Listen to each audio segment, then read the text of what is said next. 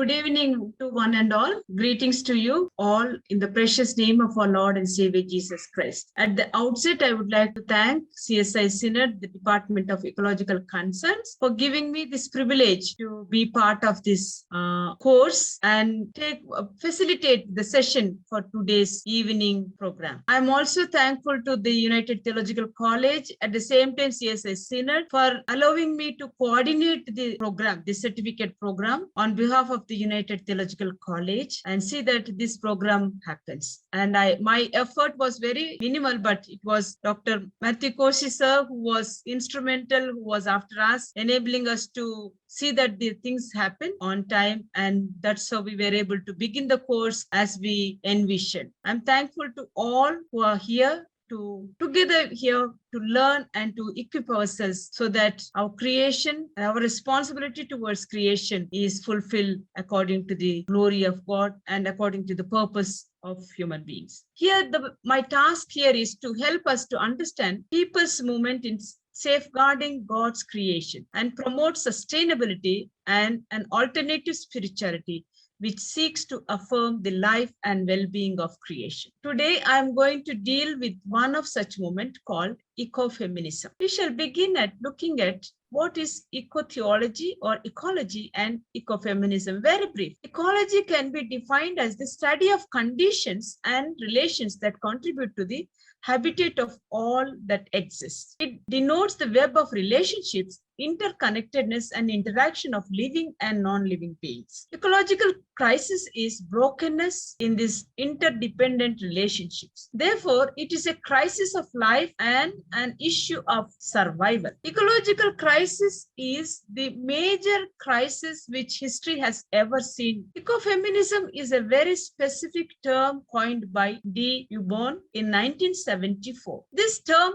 draws attention to the connection between the domination of women and the exploitation of non-human nature in patriarchal societies. Ecofeminism is an environmental movement, and this movement, in fact, gained impetus in the recent past or recent decades in the form of innumerable protests against the burning problems of environmental degradation. Ecofeminism is an ideology which sees climate change, gender equality, and social justice. It focuses on understanding the intersection of gender and environment. It also tries to construct an environmental ethics by taking into account possible connections between the domination of women and the domination of the nature. According to the Samkhya system of Indian philosophy, Prakriti or the nature has got certain characteristics that are common to women in general. Just as women can make a person happy, unhappy, or infatuated with her three qualities such as Satta, Rajas, and Tamas, Prakriti is also having such characteristics of happiness, misery, and infatuation due to having same quality. Moreover, both women and the nature are reproductive and creative in nature. According to the prominent ecofeminists, exploitation and subjugation of women prevailing in the patriarchal society is very much associated with the domination and massive exploitation of nature by human beings. The exploitation and domination of nature by human beings is detrimental to the whole biotic community. Thus, understanding ecofeminism, that is, the interconnection between women and the nature, helps one to comprehend the value, dignity, and basic necessities of all forms of life within biotic community. Ecofeminism is a feminine movement which strives to rule out the twin domination and exploitation of women and nature, and it helps one to develop a caring, loving, and sympathetic attitude towards all life forms. Thus, ecofeminism tries to cultivate the ground for peaceful, mutual coexistence of human beings with nature and women. In the past, women enjoyed monopoly in agriculture, and men believed that women were impregnated by God. But with the discovery of dual power, that is, agriculture and procreational, human beings seized control of the soil and women's womb, fecundity. In fact, over exploitation of two has resulted in overexploitation of consequent destruction and degradation of environment. The domination of feminine by masculine and its parallelism in nature is an age-long historical fact grounded in logic. Both forms of domination are basic concerns of environmental philosophy and environmental ethics, as both are detrimental to the society and environmental arena at large. The scientific and technological advancement, in fact, destroyed women's productivity by removing land, water, and forests from their management and control, as well as through the ecological destruction of soil, water, and vegetation systems, so that the nature's productivity and renewability were impaired. Why it is so? What are the possible reasons or causes for such parochial relationships? We can identify three conceptual frameworks as root cause for such situation. They are value hierarchical thinking. Value hierarchical thinking addresses human beings, for example, enjoy higher value, status, and prestige amongst all species of the natural world. Or in other words, they are at the top of the hierarchy. Accordingly, human beings are not morally allowed to oppress or subjugate all other species of the biotic world. The second framework, which promotes or legitimizes domination, is male and female are the disjunctive pairs within the community of human beings. The value dualism. Value dualism bestows or confers higher value to male in identifies with mind and reason than the female, parallel by body and emotion. In fact, ecofeminism as a movement originated as a revolt against the concept of value dualism. The third framework or third reason is logic of domination. The logic of domination justifies and legitimizes subordination and subjugation. Justification of domination is based on some alleged characteristics such as features, appearances, individualities, and physiognomies possessed by certain species of the biotic natural world. There is deep connection between ecofeminism and deep ecology. Since ecofeminism is a twin concept of both ecology and feminism, one cannot rule out the assimilation of ecofeminism and deep ecology. Ecofeminism is directed towards the interconnectedness and based on self-realization, mutual trust, care, and respect towards others. According to the feminists, nature is the product of reawakening or revival of our kinship with our individual non-human realities. Ecofeminism and deep ecology are the two important wings of environmental ethics. Ecofeminism and making connections. Ecofeminism and as an important and recent branch of environmental ethics, holds important connections such as historical, experiential, symbiotic, and theoretical between the domination of women and domination of nature. The theory of ecofeminism is deeply rooted in feminist ethics, which explores a wide variety of viewpoints concerning the nature and analysis of women's oppression. Ecofeminism goes a step forward and analyzes the link between the domination of women and exploitation of the nature. Ecofeminism, an important and recent branch. Do we care about nature? An ethics of care is mostly concerned with the question, how we ought to exist in relationship with our natural surroundings. Ecofeminism provides a clue for that.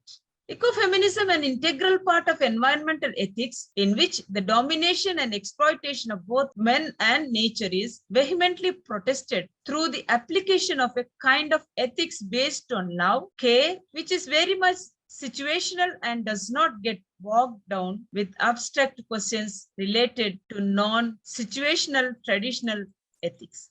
Ecofeminism can be defined as a value system, a social movement, and a practice, which also offers a political analysis that explores the link between androcentrism and environmental destruction. It is an awareness that begins with the realization that the exploitation of nature is intimately linked to the domination and exploitation and exclusion.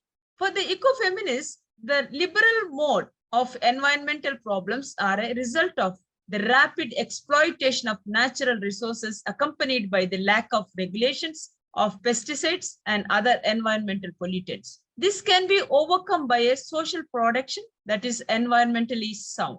Issues of environment and ecology entered the mainstream of discourse on development and social movements only after the Conference on Environment and Development at Stockholm in 1972.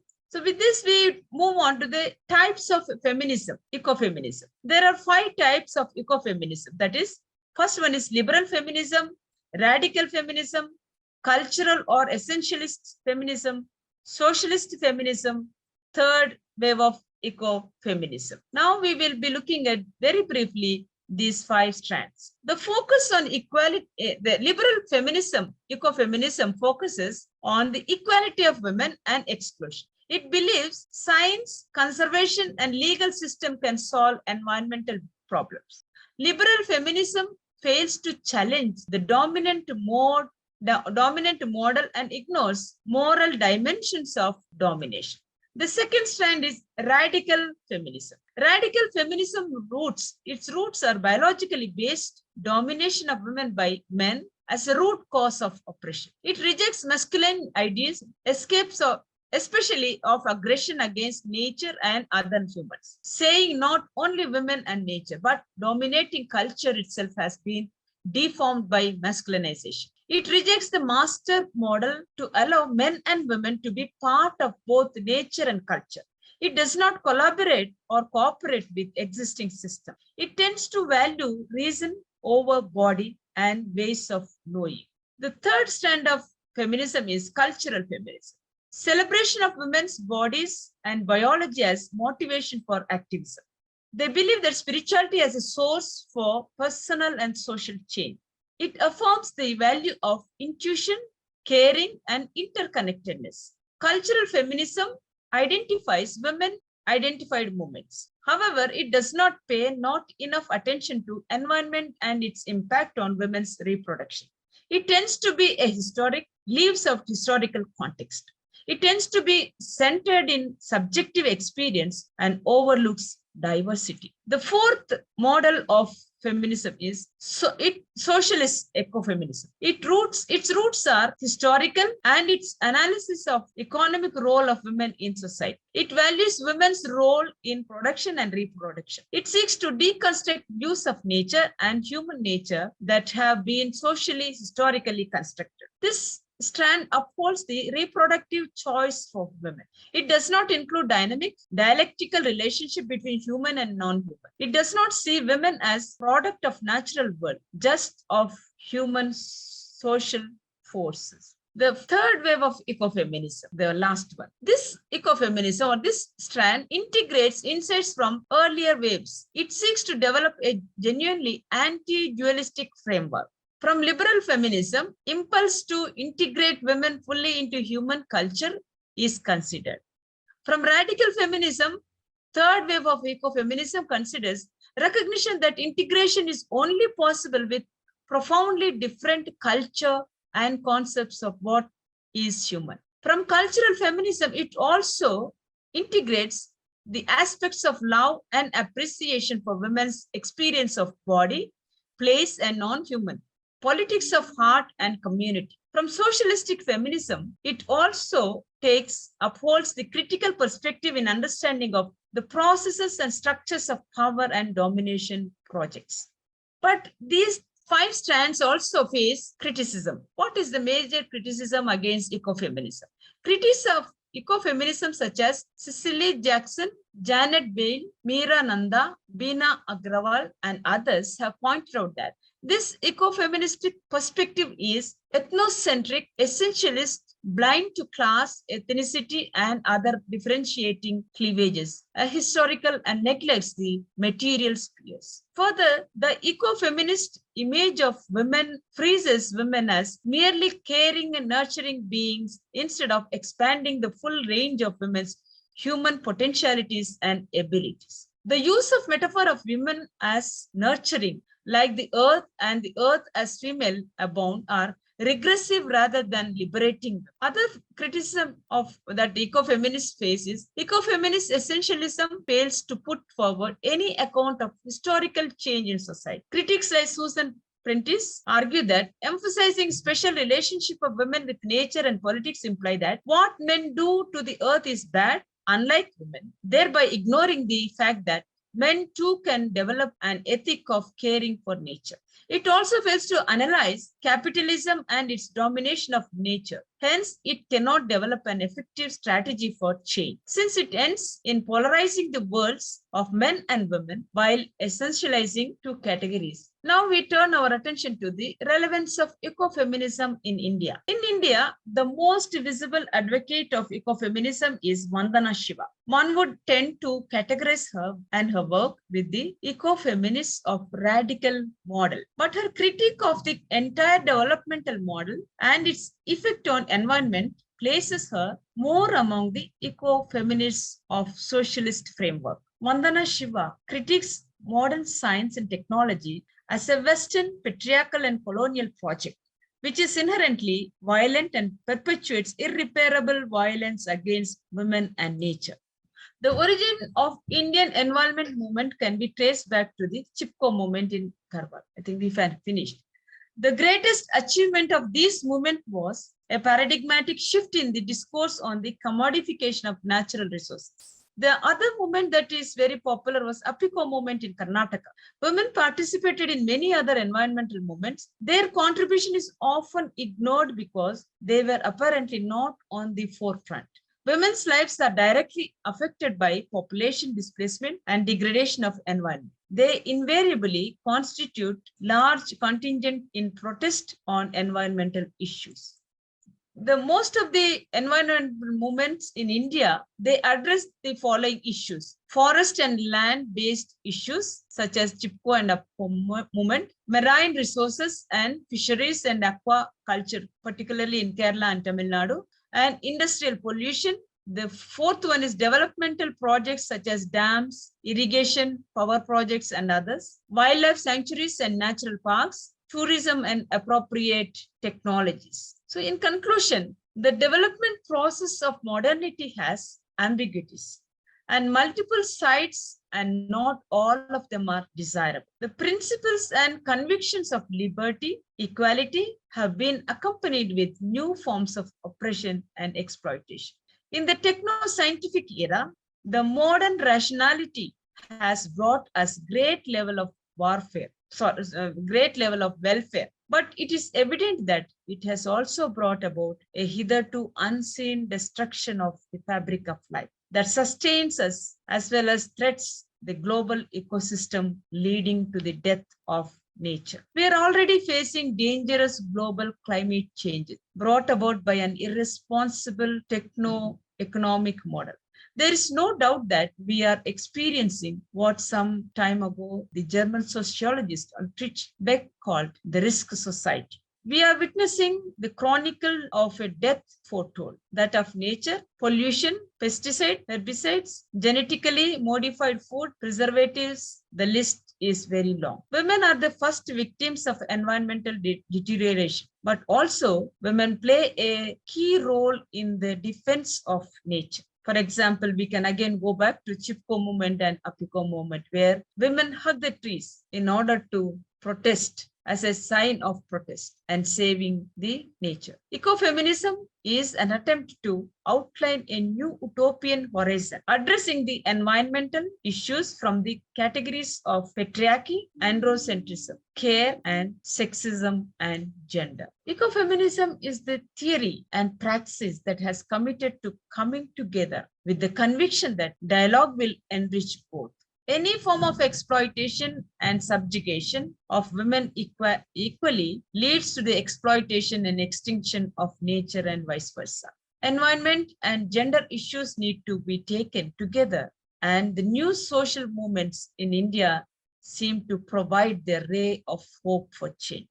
It is time to demand, teach, and share attitudes, roles, and virtues, because praising the virtues of caring without a critical approach that condemns power relations ends in a sweetened and insane discourse. Liberty, equality, and sustainability are the three concepts express the core of the conviction that another world is possible. And to get closer to this horizon, we must tirelessly build an ecological culture of equally. We must replace our culture of domination with an ethic of care, conscious effort for sustainability and promote eco-spirituality.